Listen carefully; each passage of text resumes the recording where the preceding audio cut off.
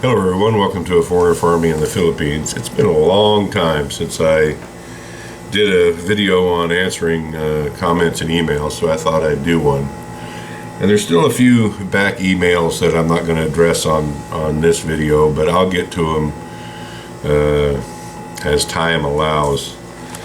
I'd like to start off first by saying thank you to everyone who sent a congratulatory message on the birth of baby Charlie.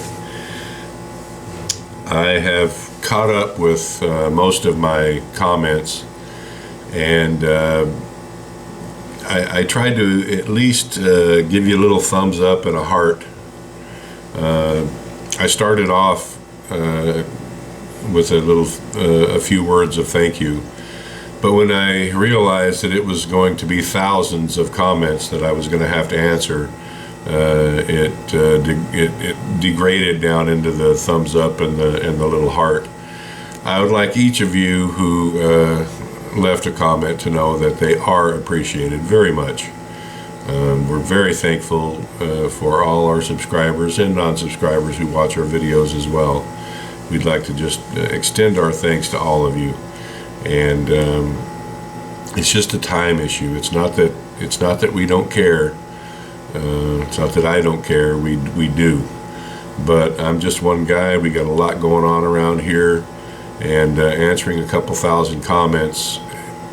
And to add to all that, our internet for the last 5 days has just been poor, very slow. And so I was back to the old. Pulling up a comment and waiting 15 or 30 seconds for it to show, and then another 10 or 15 seconds for it to process after I answered it, and then the next one. So it was taking me a minute for every comment. Multiply that by a couple thousand. Even hitting the thumbs up and the little heart was time consuming. Thank you guys, we do appreciate it. So on to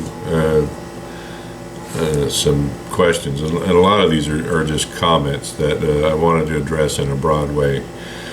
I don't remember her name. There was a Filipina who had asked me, who was overseas.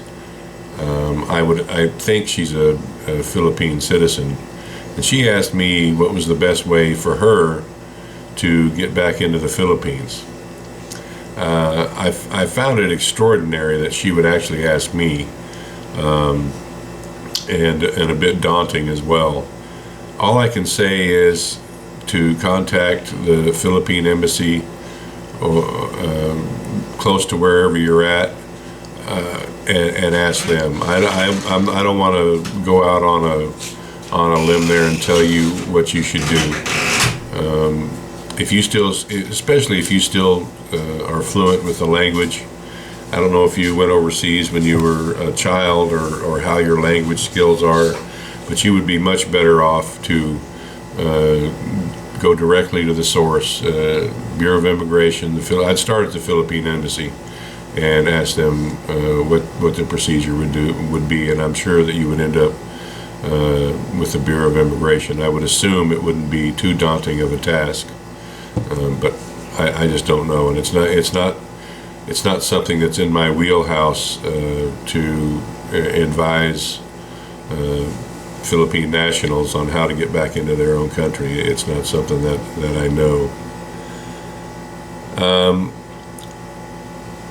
Every day we get requests from other small YouTubers to sub for sub. They subscribe to our channel and they ask us to subscribe to theirs. You know, I am very encouraging to other vloggers who want to get started and who want to grow their channels. We've helped a half a dozen get started and grow their channels here. I'm always ready and willing to do a shout out, a video, whatever. But the sub for sub I won't do. And here's why. And it's not that I'm trying to. There's a couple of reasons, and it's not that I'm trying to be unhelpful. Number one is that sub for sub violates YouTube's terms of service. It could get your channel shut down, just so you know. And asking for it in a public forum is asking for trouble. Other than strikes on bad content, I would say there's probably no other better way to get your channel shut down than asking for sub. That's the main reason. The second reason is after you reach it's important to, most people have a YouTube channel in order to be monetized, and can fully understand the need to get to the 1,000 subscriber threshold. But after that, after you get to your 1,000 subscribers really mean nothing. All it is a number, and a lot of people just go, oh, look how many subscribers I got. If you're into YouTube as an income source, the only thing that matters is views, watch time, and how many of those views generate someone watching an ad, watching a commercial on one of your videos. The number of subscribers you have really means nothing. As an example of that, you can go to Social Blade. I've gone to Social Blade many times. With our little old 28,500 subscribers, we get more views than many channels that have over 1 million subscribers. Your subscriber count doesn't really matter for anything. Maybe a little street cred, that's all. You can pat yourself on the back, and when someone asks you, you can say, I got this many subscribers. But other than that, it really means nothing. Subscribers is just a number. What often happens with channels is that they start, people are interested, they watch, they subscribe, and then they get disinterested and they move on. But generally what happens is they don't unsubscribe. So those subscriber numbers are there. That's how our relatively small channel can generate more views than a channel that would appear much larger.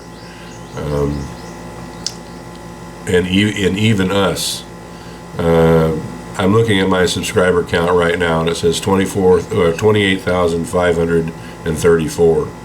But if I go into the metrics to see how many people are actually watching videos in any given day, and I can check that by the amount of people who are currently have rung the bell, and by looking up the unique viewers, and it's less than half of that.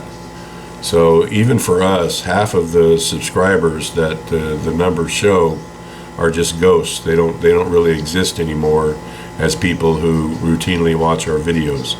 So as a reminder, I don't do sub for sub because number one, I don't want to get my channel shut down, and for number two, it doesn't really matter anyway. And with those, when you take into account that it's a big risk for basically no return, I would advise everyone else to not do it either. Pork prices.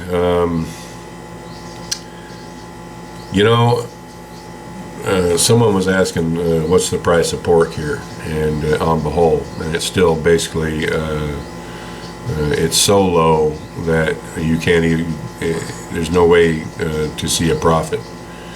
And a barangay near here, they're offering lechon pork, which is a young pig cooked, chopped up into little pieces, for 140 pesos a kilo with a week to pay. So on credit. So that would make the live weight about 80 or 90 pesos a kilo, 80 pesos a kilo. And for a lechon pig, well, that's a loss right off the bat, and then you got to cook it. It's just pitiful. And on the other side of that coin, the Philippine government just imported I don't know if I don't know if I should say imported. The Philippine government just bought 7 million kilos of pork somewhere. They didn't buy it for me, I can tell you that. In order to try to stabilize the price of pork in Manila, which was getting close to 350 pesos a kilo, which is about over twice what it is here in the store. For various reasons, governments are in the business of serving their citizens, and I can totally see them wanting to keep the price of pork reasonable for the people around Manila. So those are the two broadest swings on pork prices that the two largest examples I can give you. 80 pesos a kilo and 350 pesos a kilo. There's still no way for us to get pork off this island or anyone else. And the guys who right in the beginning were doing it illegally have been shown the error of their ways. Let's put it that way. There's no way to sell pork to Cebu, and Cebu was you have to realize Cebu has a population of millions, and when you get a population center like that, there's, they need pork, they need import pork into that city. And Bohol and Mindanao, all the surrounding islands, were sending pork to Cebu. But with the quarantine, there's no ferry service for meat. It's basically right now it's basically a one-way ticket. The ferries are bringing goods onto Bohol, but they're not taking anything off, especially pork. You still have the African swine fever restrictions. It's just a mess as far as being a pig farmer is right now. It would be nice to have a pig farm in Cebu where there's still an accessible market, but we're not in Cebu, we're on Bohol. And someone was nice enough to send me some information on slaughterhouses here, and I did check those out. The thing is they're slaughterhouses. They're basically, and I took a video at one, but it was just, it was a video of a slaughterhouse, and it was depressing to me, and so I thought it would be depressing to everyone else, so I never uploaded it. It's basically if someone buys a pig from some pig farmer and they don't have the means, say they live in town in a small house or an apartment, and they don't have a way to slaughter that pig, so they employ the services of the slaughterhouse. I think it was 1,200 pesos per animal, and then I think it was 10 pesos per kilo. That was the fee to slaughter a pig. So they just do it. It's just a slaughterhouse. They butcher pork on a per piece basis for people who can't do it themselves. They don't actually buy pigs. There's no buyer there. And there's one in Tagbilaran also, same thing. They just they don't buy pork and then distribute it. They don't buy pork, slaughter it, and then distribute it. There's no buyers in these slaughterhouses. So it remains a tough row to hoe, as Daddy would say. So it's some people, well, not some people, mainly Filipinas, were, I think it was a language thing. We put up a video, cost to have a baby in the Philippines, and people, Filipinos, seem to be upset with the wording of the title. Try to keep in mind, everyone, that this is basically an informational channel. You get to learn how I do things when I do things right, and how I screw things up when I do things wrong. It's geared for people who may want to come here and live in the Philippines, and information is helpful. And some of those foreigners, the men who might want to come here and start a family, I was thinking that it would be good information to know. And so that was the reason for making that video. And if the title was strange to some people, sorry. It wasn't that I was trying to make it seem like it was, it was the cost of a baby. It was just the cost of it was just what was involved from a monetary standpoint of having a baby in the Philippines. Just that simple. Silage for pigs. Someone had asked, because we're going to have the corn, right? And in the West, I used to work on a dairy farm in California. And when corn is harvested, of course, you have the stalks remaining. And it's a lot of biomass, the stalks, after the corn is harvested. And so what they'll do is they'll chop down the corn and put it in a big pile, sometimes add accelerant to it to help it break down, and sometimes not. Put it in a big pile and just cover it. And it basically rots and bakes in the sun.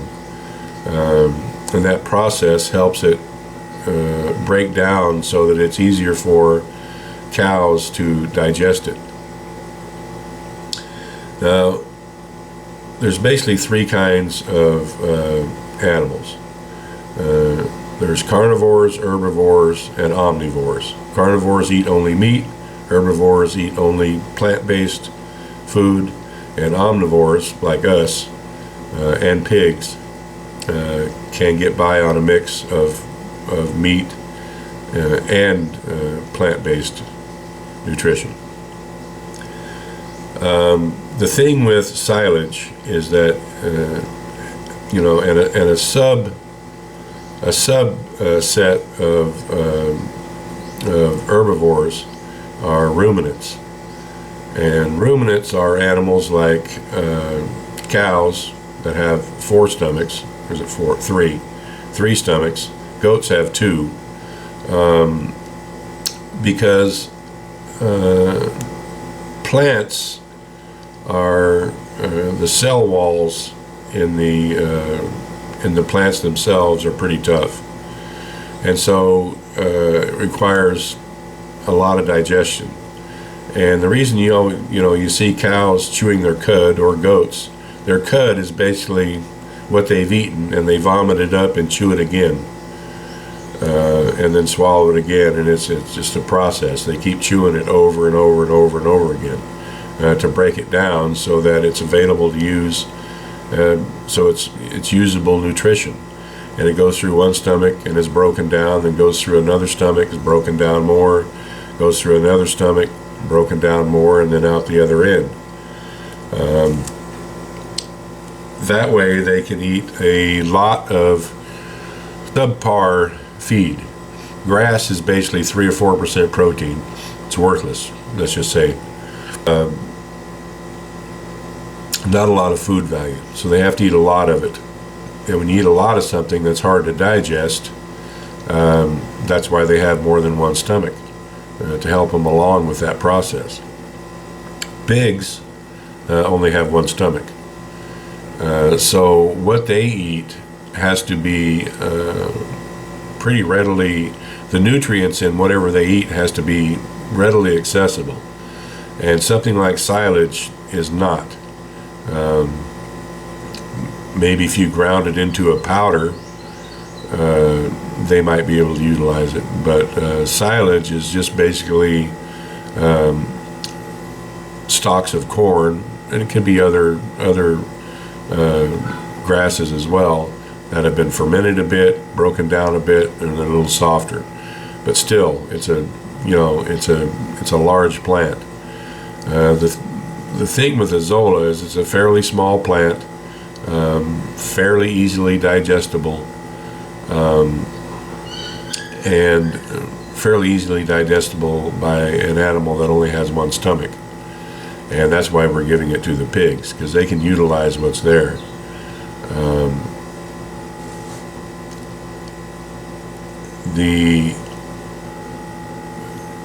Pigs will eat just about anything, but whether or not they can utilize, they can get the feed value out of what you're feeding them, that's the trick. And so won't be feeding any silage to the pigs because they just can't use it. We're doing just about everything that we can to cut feed costs because we have no sales and don't know when sales are going to pick up. So that's the reason for the alternative feed sources, but silage won't be one of them. The silage that we get, the leaves we may strip and chop them up real fine and throw into the tilapia pond and see if they'll eat them. But for the pigs, no, it's just not enough food value. So there won't be any silage going on. I'm just reading my notes here and try not to spill my coffee on myself. I swear to God that I appreciate 99.9% of the suggestions that I get. Some I dismiss out of hand as not doable, but some I would love to do. But it all boils down to dollars. And I was thinking about entitling a video that says, I need 3 million pesos. Because I went through my head a couple weeks ago on what it would cost to follow all the suggestions that people have had on what I need to buy. I mean, I need to buy a tractor, I need to buy a rototiller, I need to dig another well, I need to fence the Azolla pits, I need to fence the whole property, I need to fence around the house, I need to make dog kennels. I mean, the list just goes on and on and on and on. And yeah, I would like to do most of those things, but there's just no money for them. This farm is surviving on my YouTube income. We haven't sold a pig in over 4 months, and who knows when we're going to sell one. So there is no money for all these great suggestions. Keep them coming in. The main thing I want to say is don't be offended because I don't follow your instructions. Or don't follow up on your suggestions. The bottom line is there's just no money to do these things, and for the foreseeable future there's not going to be any money to do these things. When you have a piggery, the bottom line is you have to sell pigs, and this whole African swine fever COVID-19 thing has just derailed everything. Thanks again, China, for not only basically destroying our business, but most of the economies of every other country on the planet. So basically just don't be butthurt if I just don't jump right to putting in that new faucet or changing that water valve or putting up this fence or putting up that fence. It just, the money's not there to do it. Someone else was also asking how much to start up a piggery. Now they didn't ask how, they didn't state in their question how large of a piggery. And that's like asking how much is property there here, and the answer to that is 25 pesos to 250,000 pesos per square meter. It just depends on where it is and what it's used for. Starting up a piggery, well, a piggery technically, I guess it could be one pig, or it could be 100 pigs or 1,000 pigs. So it's hard to answer that question. This was an OFW who was wanting to return to the Philippines. So I can kind of make a guesstimate that they would want to have 10 or 15 sows, and that would be enough. If you could actually sell the piglets, that would be enough for a get-by living by Filipino standards here in the Philippines. 10 or 15 sows. And depending on how you do it, the kind of barns, the kind of pens, exactly how you're going to set it up, the cost of your sows to get started, or piglets that you're going to raise into sows. There's a lot of variables. If you wanted to replicate a piggery like we have, it would probably cost you about 3 million pesos. With the building, the sows, the pens, everything, yeah, 2 to 3 million. And that's a wide range there. It just depends. I would advise anyone right now not to start a piggery in the Philippines, not even small scale, because right now nobody's selling any pigs. We went and talked to a gentleman yesterday about maybe trading a pig for some chickens, and everyone else is trying the same thing. Nobody's wanting pigs right now because they can't sell them.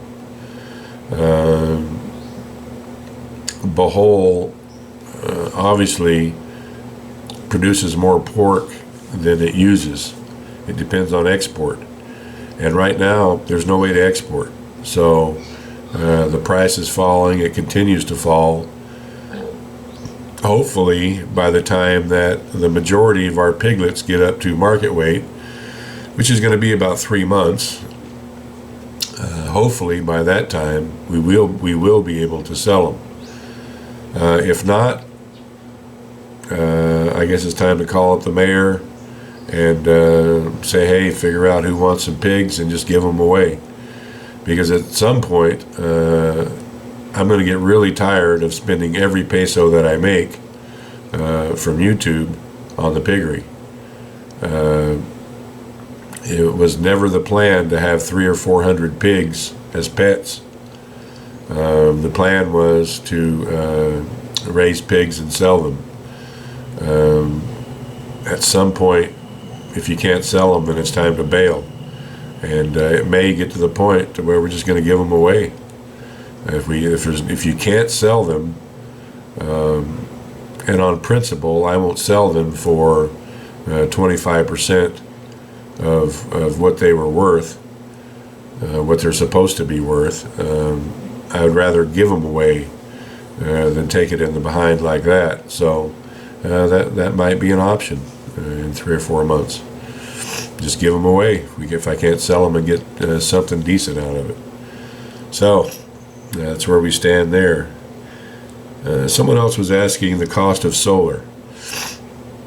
They wanted to run an air con, a refrigerator, a freezer, fans, lights, etc. They basically wanted to go off grid and live pretty well off grid. And what would the cost on that be? It depends. There's 2 ways to go about it. All solar, which I wouldn't recommend, or solar and wind.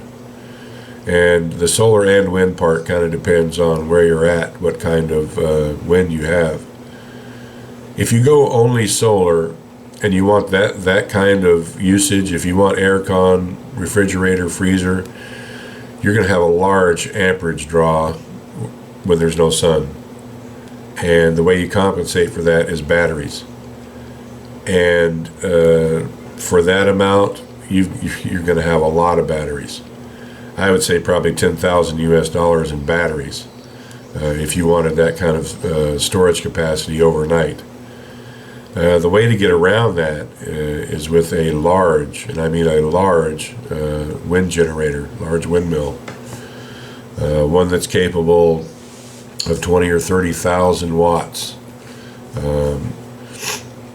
because with a windmill, when they rate them, that can be, they can rate them in a gale force wind, right? You want to be able to have something that will comfortably generate 5 or 10,000 watts in a breeze rather than a gale, because a breeze is what, if you're up 100 feet, a breeze is what you would constantly have.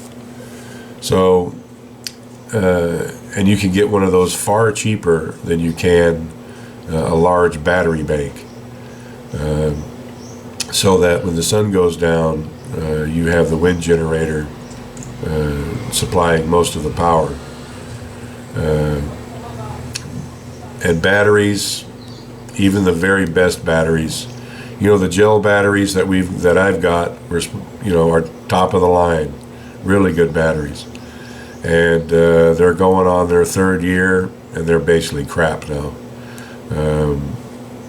They charge quickly, they discharge quickly. They need replacing. And so you're looking at, if you're just going to go solar, you're looking at $10,000 in batteries, which you're going to have. I know they're rated to last 5 years. Some of the newer ones maybe 7. I'm just saying, you might get half the life out of them that they're rated at, especially if you're going to be pulling a heavy load off of them every night. If you're going to be discharging them 50, 60, 70% every night, you'll be really lucky to get 3 years out of them.